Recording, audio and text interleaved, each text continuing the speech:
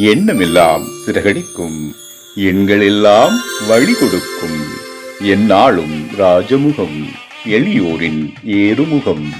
எந்த நிலை வந்தாலும் வந்த நிலை மாறாத நமது Rajanilai. Rajanilai TV, channel of astrology.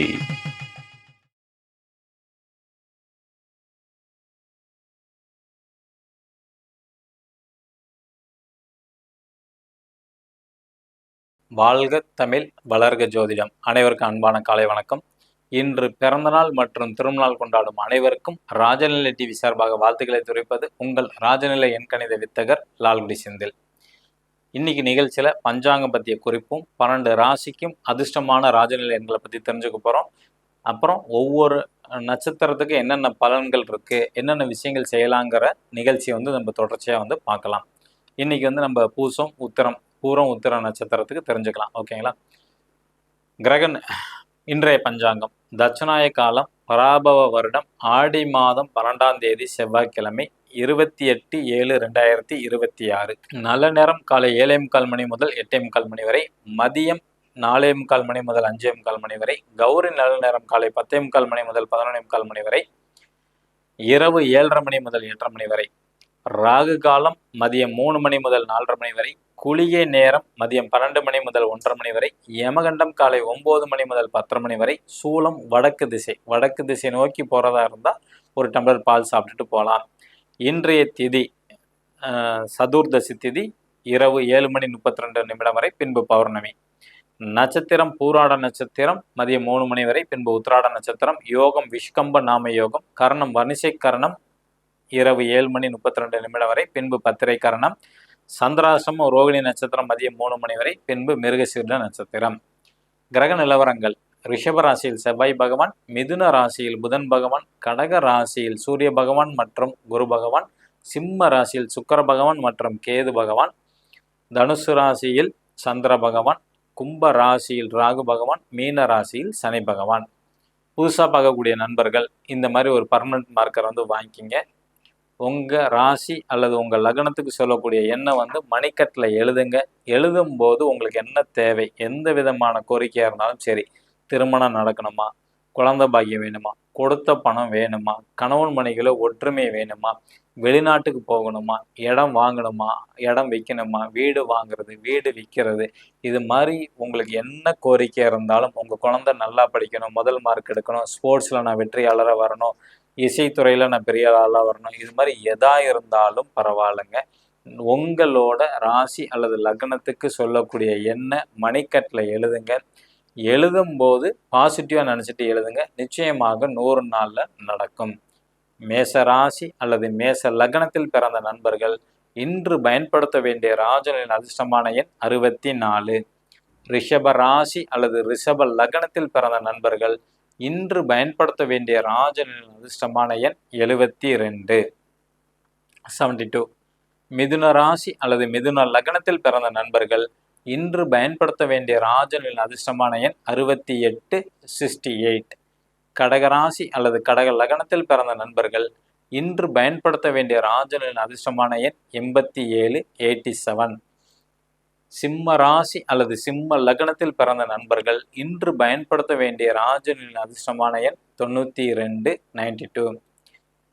கன்னி ராசி அல்லது கன்னி லக்னத்தில் பிறந்த நண்பர்கள் இன்று பயன்படுத்த வேண்டிய ராஜனின் அதிர்ஷ்டமான எண் 99. துலா ராசி அல்லது துலா லக்னத்தில் பிறந்த நண்பர்கள் இன்று பயன்படுத்த வேண்டிய ராஜனின் அதிர்ஷ்டமான எண் 77.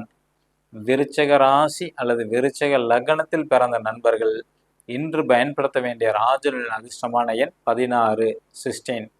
தனுசு ராசி அல்லது தனுசு லக்னத்தில் பிறந்த நண்பர்கள் இன்று பயன்படுத்த வேண்டிய ராஜனின் அதிர்ஷ்டமான எண் 02.